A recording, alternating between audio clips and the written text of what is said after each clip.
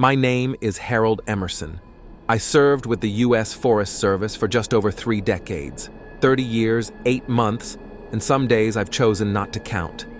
I was assigned to the Northwest Sector, no official name for it, but among the old Rangers we used to call it Section 7. The kind of place where the trees block out the stars and the wind never seems to blow the same direction twice. Most people don't even know it's still under jurisdiction. You won't find it marked clean on a visitor map. It's where trails were forgotten before they were finished, where we stopped issuing permits long ago, and where, if you were unlucky enough to step too far off the service road, it could be days before anyone found you. If they ever did. Over the years, I've pulled tourists out of canyons, stitched wounds in the back of a pickup truck, fought fires with a shovel, and once had to climb into a crevice to drag out a man who'd broken his leg and claimed something had pushed him. That was early on. Back then, you chalked things up to fatigue, altitude, maybe too much whiskey stashed in a canteen. I saw bears rip tents to shreds in the middle of the night and watched mountain lions track hikers for miles, just waiting for one to lag behind. I've walked for days through snowfall so thick it silences your thoughts. I've known hunger, exhaustion, and the cold kind of loneliness that presses in on your ribs like a second skin. But this isn't that. This is something else entirely. And I'm telling you now, it started slow, almost quiet. The kind of thing you wouldn't notice unless you'd been there as long as I had. The kind of thing that doesn't scream in your face, but whispers, soft and low, until you start thinking, maybe you imagined it. A trail you thought went east now turns back toward the ridge. A tree you marked last week now stands on the other side of the ravine. A trail camera set up overnight records 12 hours of footage, all of it showing the same 3 seconds on a loop. We thought it was a glitch, until it wasn't. Then the animals began acting wrong. The birds first stopped migrating entirely, just stayed perched in silence, watching, always watching. Then the elk. You'd find them in formations, like some kind of pattern, always facing the same direction, always toward the tree line, always completely still, not asleep, just waiting. We'd call it in. Biologists would shrug. A seasonal anomaly, they said. Stress behavior. But you could see it in their eyes. Those experts didn't want to be out there any longer than they had to be. After that, it was the terrain. Places we knew, marked on every map, every record, suddenly didn't match. Hills appeared where none were before. Streams ran uphill for just a few minutes, then went back to normal. One lookout tower? Gone. Just gone. Foundation there. Steel bolts sheared off like they'd been melted. The station logs showed a ranger on duty that night, but nobody could remember his name. No personnel file. We checked. Every department. Nothing. As if he'd never existed. Except I remember him. I remember eating lunch with him the day before. He gave me half of his sandwich. Turkey and mustard. That's not something you forget. And then, the voice. I heard it while walking a recovery path 2 ridges west of the old fire line. The sun was just setting. I was alone. I'd been alone all day. I'd checked the ranger grid and confirmed it. No one else within 10 miles. And then, it spoke. My name. My full name. Said like someone trying it out for the first time. But it wasn't the tone that got me. It was the pitch.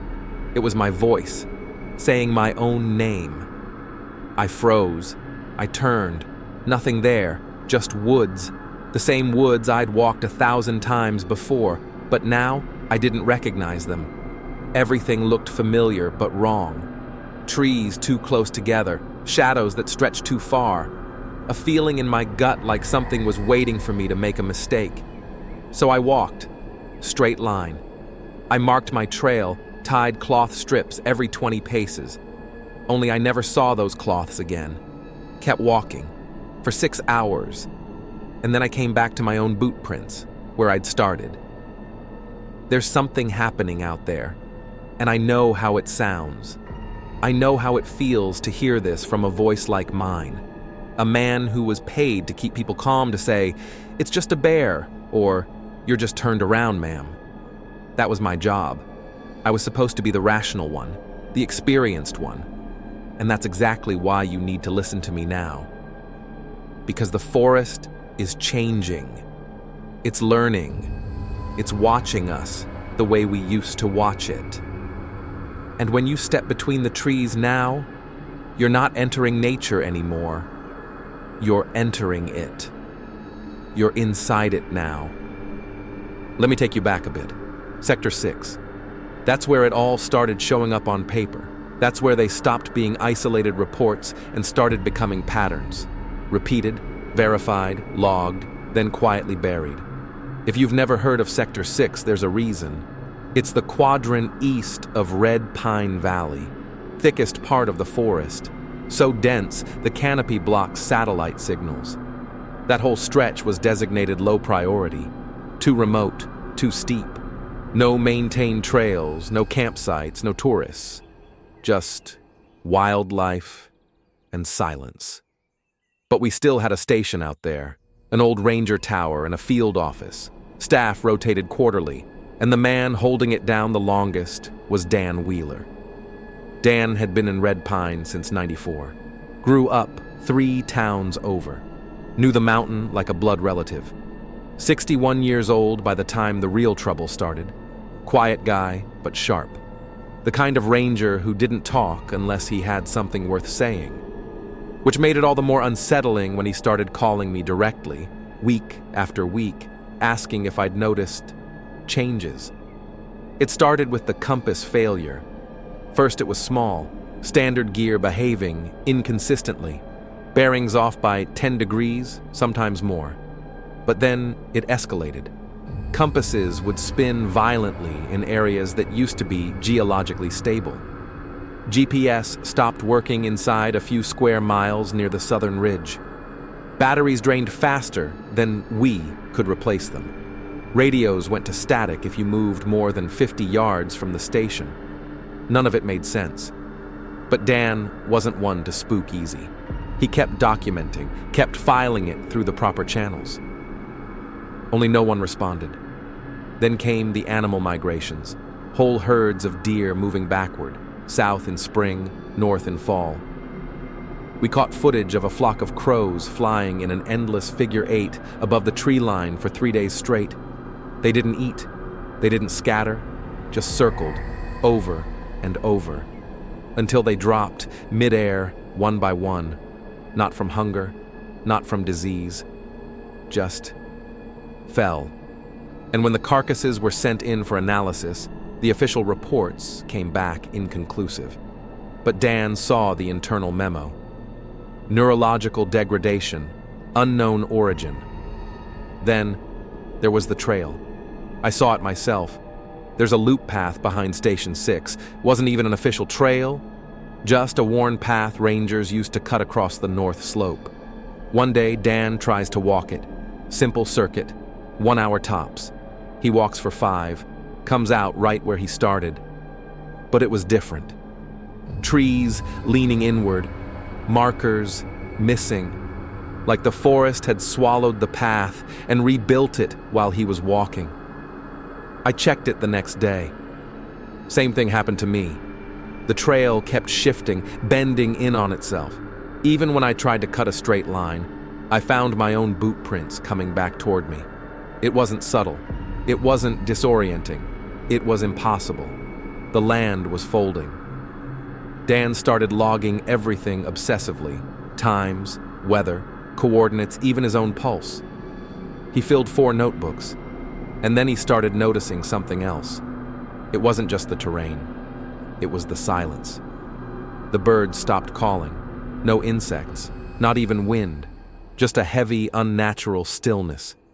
The kind that presses on your ears and makes you feel like you're underwater. We used to joke about the dead zone. Now it felt literal. He told me one night over the field radio, "Harold, I think the forest is closing in on itself."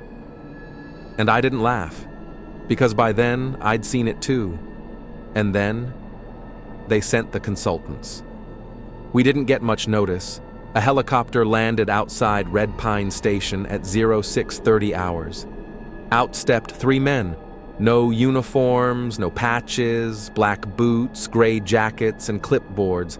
One of them shook my hand, didn't give a name, just asked where the Wheeler logs were.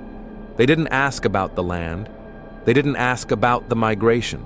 They wanted files, hard copies, originals, not the digital backups. Dan handed them over. He had no choice.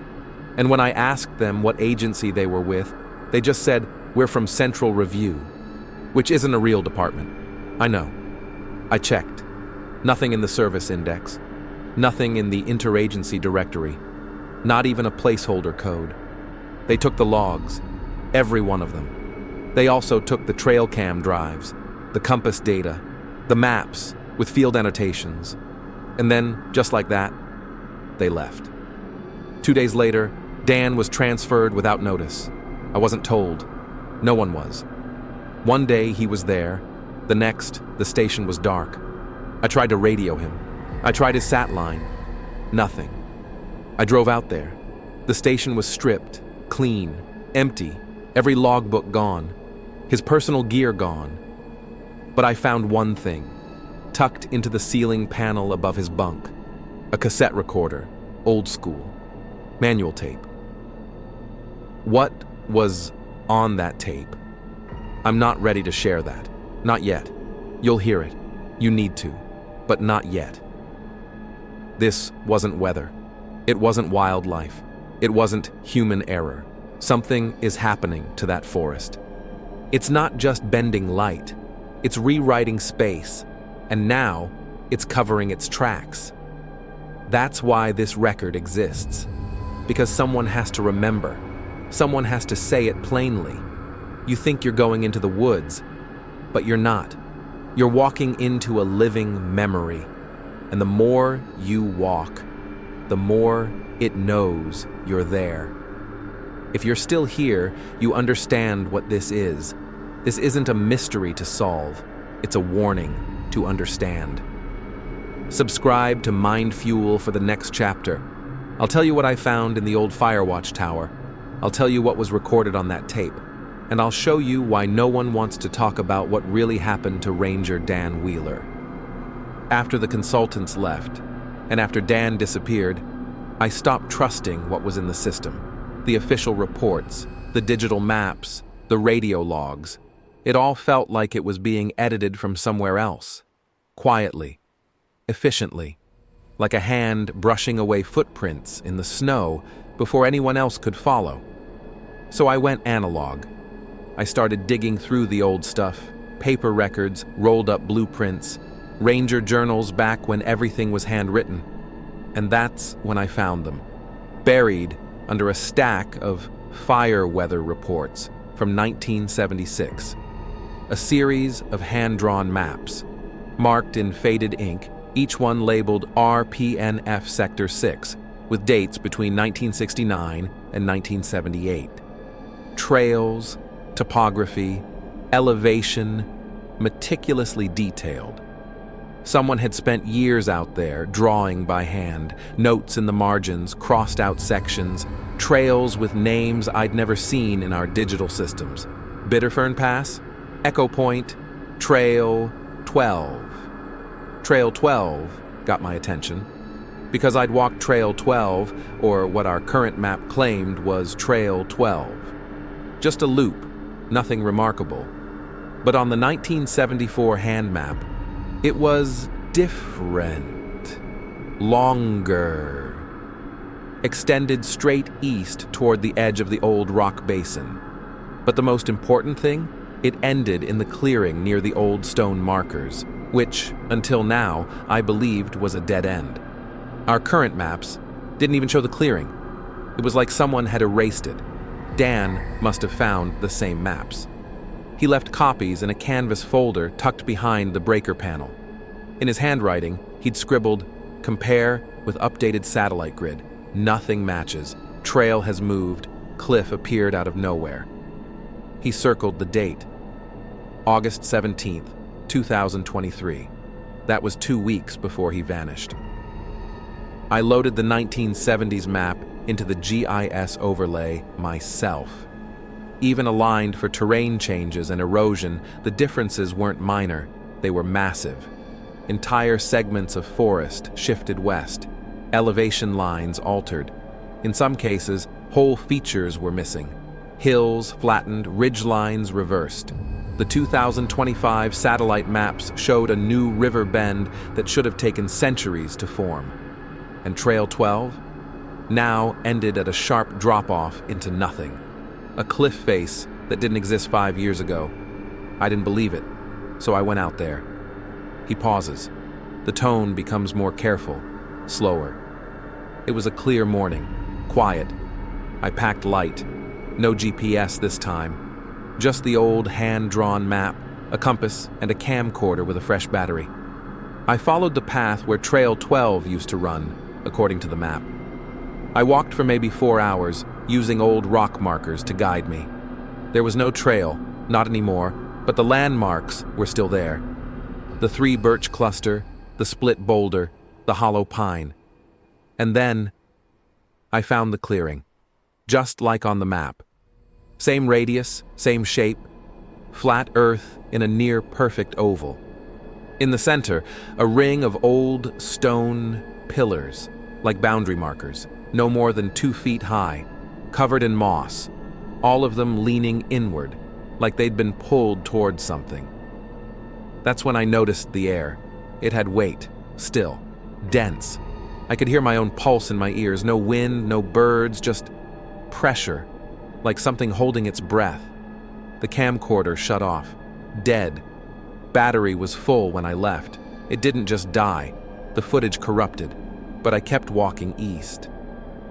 According to the 1974 map, I should have hit an old ranger trailhead that wrapped down into the basin, but I didn't. I hit a cliff, a sheer drop, maybe 300 feet. Raw rock, fresh. No signs of erosion, no scree piles, just as if the earth had been cut off with a blade. I backed up, rechecked the compass. It spun, full circle, wouldn't settle. I took 10 paces left, still spinning. I turned around. No trail, no clearing, no markers. Gone. I didn't get turned around. I didn't fall asleep. I've walked that land for 30 years. I know when I'm being lost, and this wasn't it. The map I held, yellowed and cracked in my hand, didn't match the land under my feet. And for a moment, just a moment, I had this feeling like I was walking through a place that hadn't decided what it was yet.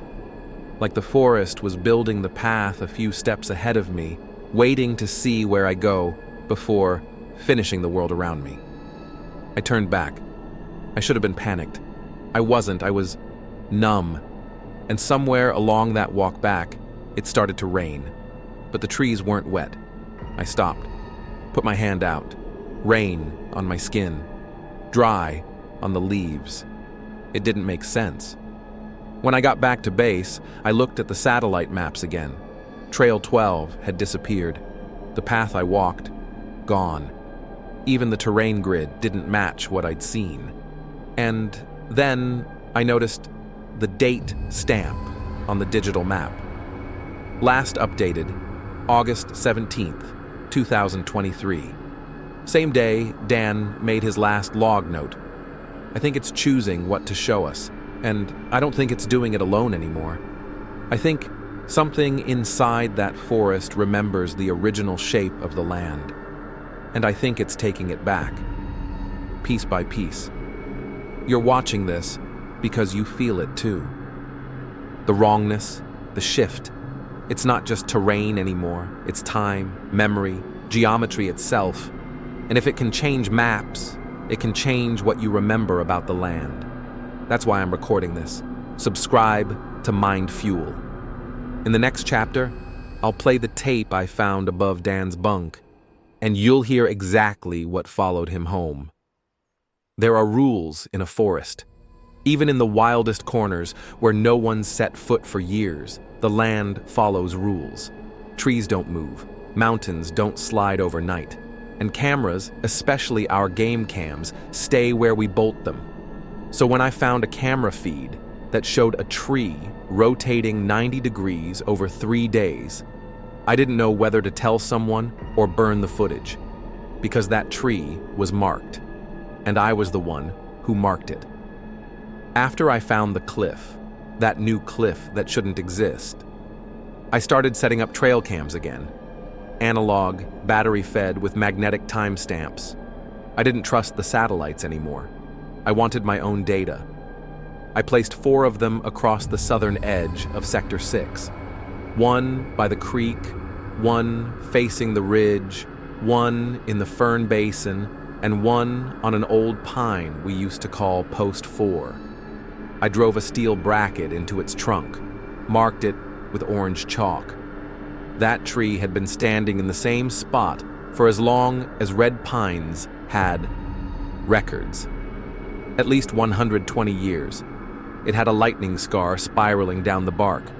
Unique. Couldn't be mistaken for anything else. I checked the footage after 5 days. What I found made my skin feel too tight for my bones. In the first frame, everything looked right. The tree centered in the shot. Birds passed through. Some deer moved in and out of frame. Wind swayed the branches. Normal. But in the second day's footage, the tree leaned slightly to the left. I thought maybe a shift in the camera, but the bracket was drilled into the trunk. It shouldn't move. By day 3, the tree had rotated. Not fallen, not tilted, rotated. The scar was now facing southeast. It had turned 30 degrees clockwise, like it was repositioning. Day 4, it rotated again, slightly more. And on day 5, it was facing directly away from the camera. The scar was gone. The whole trunk turned, quietly, gradually, like it didn't want to be seen. I thought I'd gone mad. But then I checked the bracket logs. The camera hadn't moved, not a millimeter. Same angle, same mounting height, which meant the tree had moved. I went out to check it in person. I didn't tell anyone. I just drove out at dawn and found Post 4, right where it always stood. But now, the scar was on the opposite side, the orange chalk gone. And all around it were small impressions in the dirt, half-circle shapes, like something heavy had pressed down and dragged. But there were no footsteps, no tire tracks, just those strange arcs. Half moons pressed deep into the soil, leading away from the tree and vanishing into the undergrowth. I pulled the other camera cards. The one by the creek showed something worse. The camera, facing a narrow path, suddenly tipped forward in the footage. No impact, no animal. One frame it's upright. The next, it's 6 inches lower and looking straight at the ground. When I checked the mounting, the bracket was bent downward. From above, something had pressed it down, carefully, deliberately. It didn't stop there. When I opened Dan Wheeler's backup locker, the one they didn't find, I found an old hard drive, wrapped in waxed cloth, no label. It barely worked, but I got it spinning. Took hours. Inside were folders of raw trail cam footage, and buried inside one folder labeled Backfill 98 was the same tree. Post 4, same angle, same lightning scar, and in that 1998 footage, the exact same rotation. Over 5 days. Same pattern, same increments, same direction. And I swear to you, there's a frame on day 3 that matches mine exactly. Same cloud formation, same wind pattern in the ferns. But that's impossible, because mine was filmed 25 years later. The land isn't just shifting, it's repeating, mirroring, or worse, looping. I ran image comparisons. I overlaid the footage, identical motion trails, the exact same leaf fall, the same bird passing through the upper left corner at 9:14 a.m. Frame for frame, pixel for pixel, it was like the forest was replaying that moment again. On purpose. That's when I stopped sleeping. Because I realized something. If the cameras are catching the same movements across decades, then the forest isn't just recording us. It's learning how to stage itself. Like a set. Like a memory trying to make itself real again. Like it's putting on a show for someone. What's worse? Some of those trees, they're facing the camera now. All of them. If you're still watching this, then you need to hear the rest. There's a pattern here. Something old. Something calculated. Next chapter, I'll play the audio tape Dan left behind in the ceiling tile. And what's on it? I wish I could forget. But once you hear it, you'll understand. Subscribe to MindFuel. This is just the beginning. There are eyes in the forest, and they remember where you walked. Evan Hayes was 19, fresh out of orientation, polite, eager, little shy. Had that look in his eyes you see in new recruits, still thought nature was a postcard, still thought the job was about handing out maps and collecting bottles. I liked him. He volunteered for everything. First one at muster, last one to leave. We assigned him to low-risk patrols, easy trails, campsite check-ins, nothing deeper than 4 miles out. He wasn't ready for Sector 6, but Sector 6 came for him anyway. The week before he vanished, Evan asked about Trail 12, said he found a copy of one of Dan's old maps in the break room binder, asked why the trails didn't match up. I told him the same thing we all did: outdated data, terrain shift, overgrowth. He nodded, smiled, and dropped it. I think he went back out that night. He didn't log it. We only knew something was wrong when his check-in window passed and his beacon didn't ping. I led the search party. Took a chopper up First Light. His last known location was just past Raven Hollow, north boundary of Sector 6. Should have been a 2-hour patrol, tops. But the GPS data was wrong. We pulled the beacon trace from his belt pack. It showed something I still can't explain.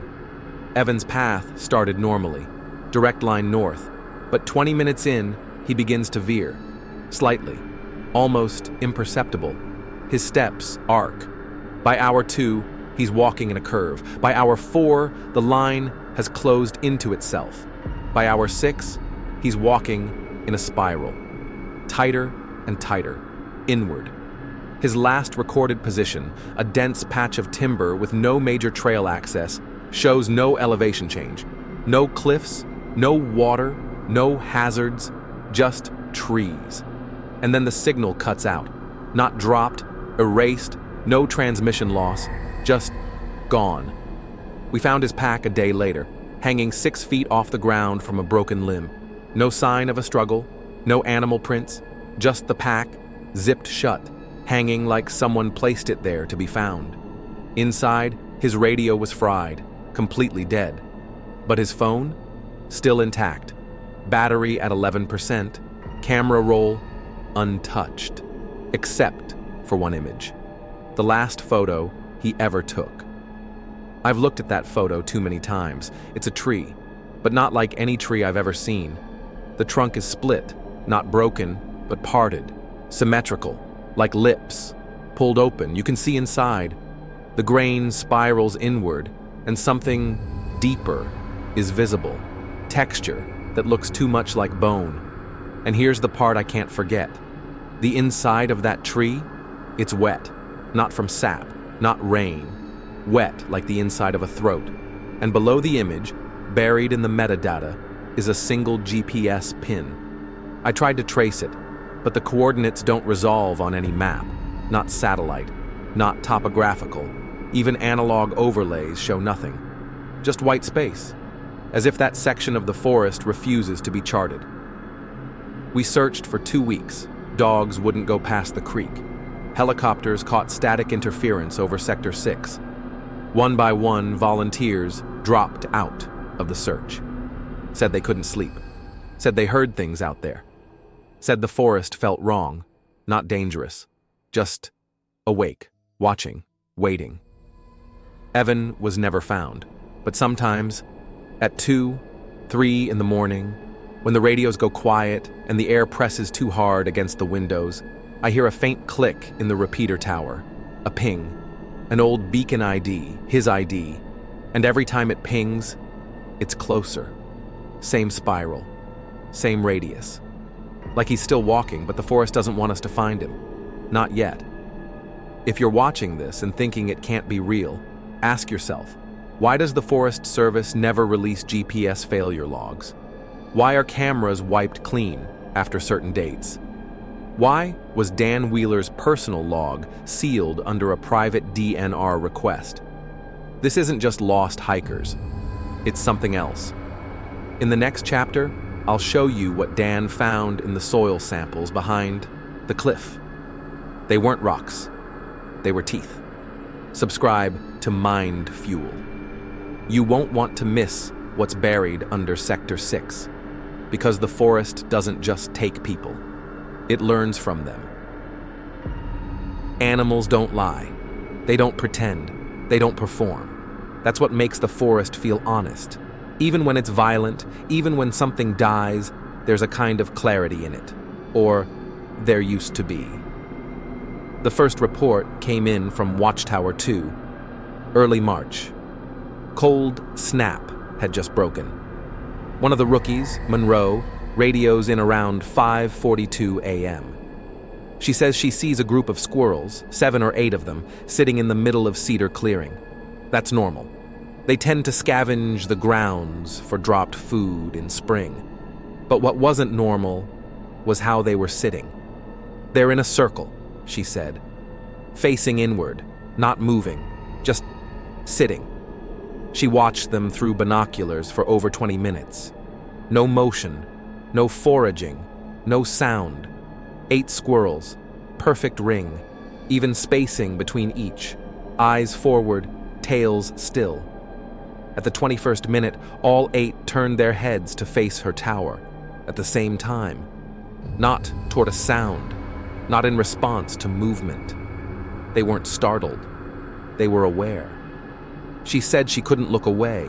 She felt observed, not threatened, not hunted, just watched, like she was the experiment, like they were trying to see how she would react.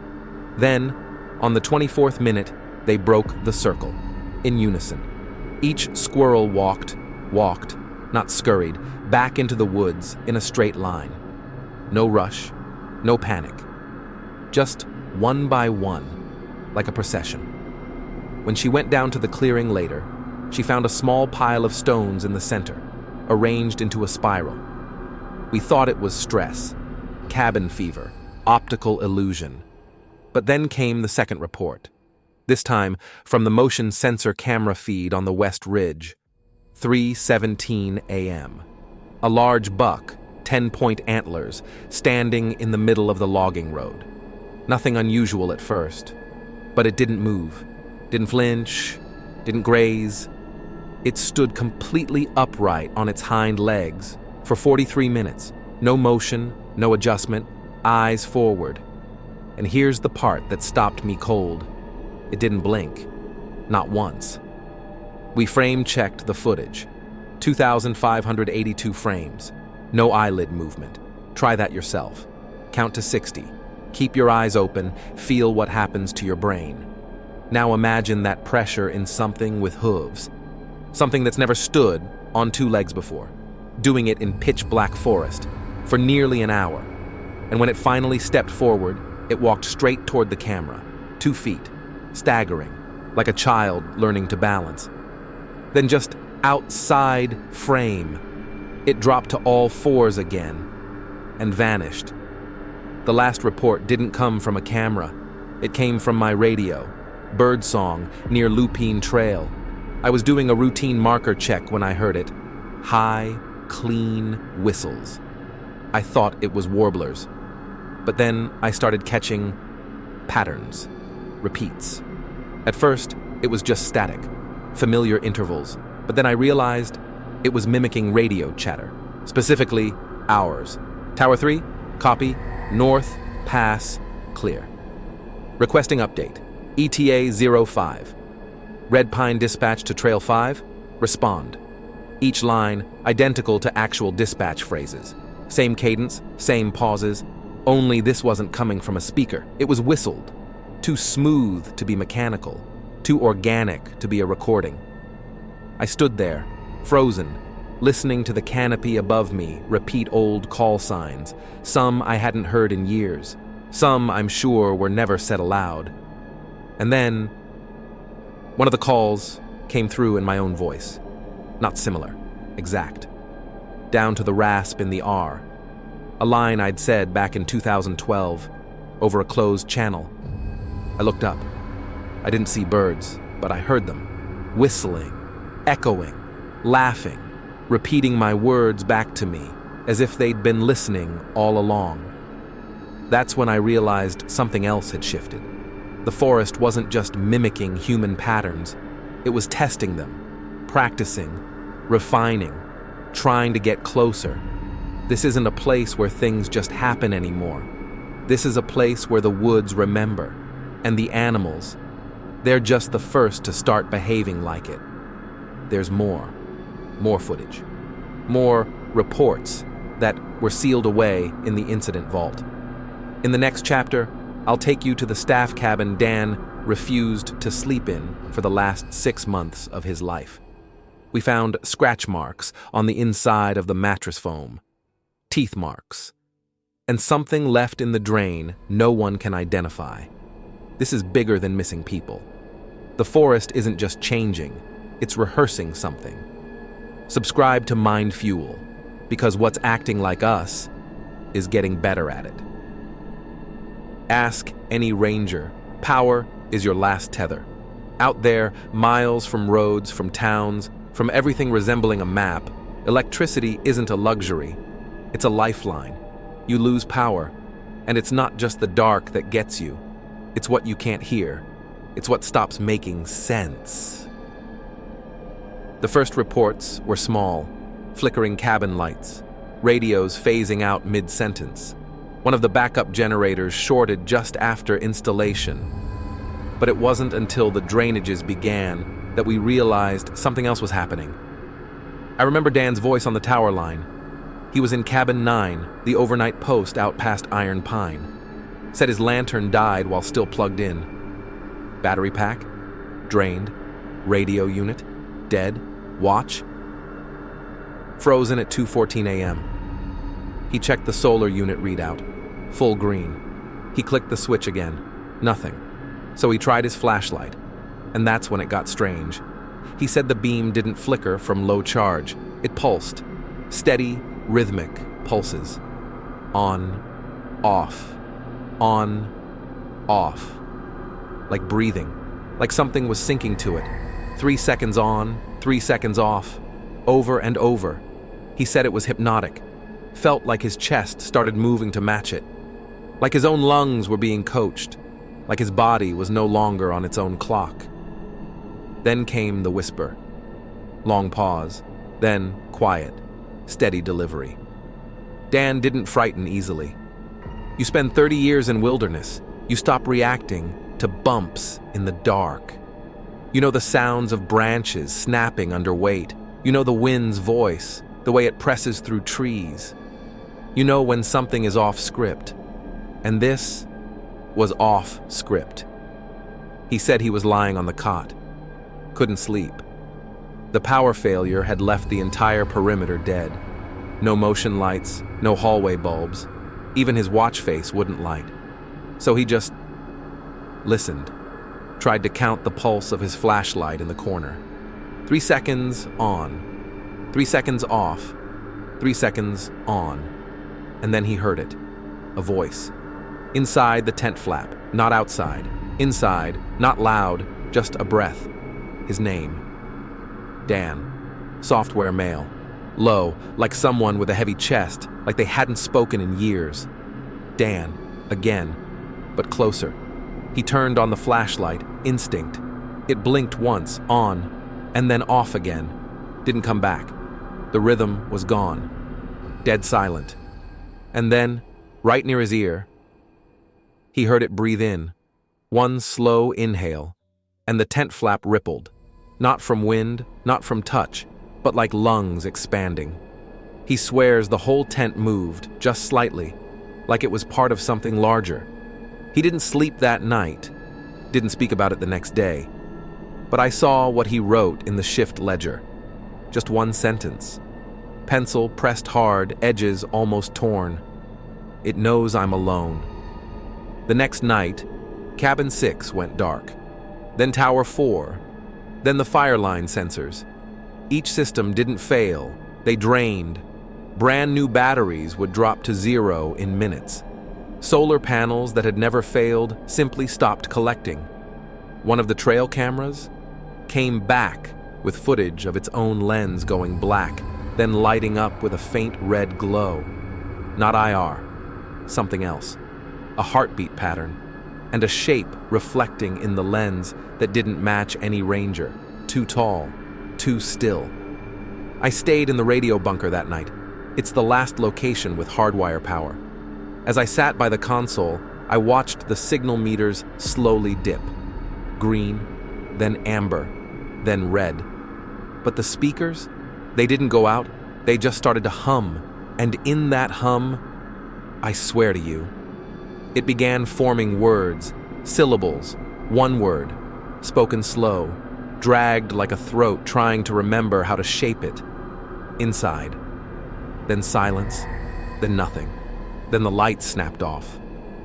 This wasn't equipment failure. This wasn't the weather. Something in that forest doesn't just feed on power, it kills it, starves it. Because when the light's gone, you hear what you're not supposed to, and it sees you clearly. In the next chapter, we'll break down the audio logs from the bunker. Dan left something in there before he vanished, a final recording. He didn't know it was still transmitting when he whispered, "There's a door where no door should be." Subscribe to MindFuel now, because what comes after the lights go out isn't waiting, it's moving closer. Death out here usually has a name. Exposure, fall, predator, mistake. You put it in the report, notify the family, maybe send a team to recover what's left. But in June of last year, Ranger Dalton Wexler died without a cause. No trauma, no puncture, no illness. Just collapsed mid-route on the edge of Sector 9, and whatever killed him didn't show up on the autopsy. Not at first. I remember the call from Dan. He didn't talk like usual. He was breathing through his teeth. Said he had something I had to see. A package had arrived for him. Unmarked. No return address. Inside, a blood panel, printout, thermal photos, and a sticky note. Just 2 words. Look deeper. The blood sample came from Wexler, confirmed by Ranger, ID, and date code. But the second page, that's where the ground shifted. DNA breakdown looked normal, at first, human, but buried in the mitochondrial analysis was something that didn't belong. A sequence with no match in any human genome registry. Not bacterial, not viral, botanical, plant matter, genetically fused inside white blood cells. We're not talking about a spore infection. We're talking about plant tissue, photosynthetic structure, inside a human bloodstream. Dan sent it to a contact he trusted, ex-medic, worked base camps in the Rockies. 2 days later, she replied with one sentence. "This isn't contamination, it's assimilation." The cells weren't rejecting it, they were adapting. The immune system wasn't fighting it, it was protecting it, like it belonged there. They ran tests on the chloroplast patterns. No match to known flora. Closest relative, a moss species found only in permafrost zones. But even that wasn't exact, because this version had structures, microcapillaries, that don't exist in nature. As if it had been designed, as if it had learned to mimic red blood cells. Dan flipped the report over. On the back, stamped in red ink. Classified Deep Root Project, 1989, to present no agency listed. No signatures, just coordinates, and the outline of a tree shaped like a nervous system. Roots spread like dendrites, leaves like cortex folds. Dan started digging through the archives. That's when he found the name, buried in a requisition form for soil testing gear, years out of date. Deep Root. Project code tagged under Environmental Integration Study. But every document that mentioned it was partially redacted. Even the ink had faded like it was meant to disappear over time. But one note, one handwritten line in the margin, caught his attention. Scrawled sideways across a transfer form. First signs present in internal tissues. They don't feel cold anymore. That part stuck with him. They don't feel cold anymore. Who were they? And why would a change in temperature be the thing someone noticed first? Later, Dan told me he started checking old ranger records, medical files, logs from back when everything was still on paper. He noticed a pattern. Rangers who vanished or died unexpectedly. Many had complained of the same early symptoms: warm skin despite freezing conditions, dry mouths even during heavy rain, unusual hunger, and the biggest one, sudden changes in their sense of direction, as if they weren't lost, as if they knew exactly where they were going, but couldn't explain why. Their routes didn't wander. They narrowed, right to the heart of the forest, right where the trees start changing shape. I think Dan knew then. What this forest was doing wasn't just external. It wasn't haunting, it wasn't hunting, it was rewriting, and it had started with the blood. There's more in that file Dan found. A second DNA sample, not from a dead ranger, but from someone who came back different, who couldn't stand sunlight anymore, and who spoke in a voice with two sets of breath sounds behind it. We have his recovered helmet cam, and in the next chapter you'll hear what he said right before he disappeared again. I think it's trying to become a person. Subscribe to MindFuel now, because the forest isn't just alive, it's evolving, and it started with us. I used to believe this forest had boundaries, that it could be mapped, cataloged, even understood. But now I know those maps lie, the trees move, the ground forgets, and what's worse, something remembers. Evan didn't get lost. He was taken, and whatever took him. It's learning how to take more, how to mimic, how to return something that wears your face, but isn't you anymore. The footage recovered ends here, but this story doesn't. Because just before Dan went silent, he whispered one last phrase into the GoPro. He said, "They're not just in the forest now. The forest is in them." This is where Volume 1 ends. But in Volume 2, we go deeper. Into the root systems, the classified research, and the final transformation that forced Red Pine off the map. The forest isn't watching anymore. It's remembering, and it's planning. Subscribe to MindFuel before the next one starts growing under your feet.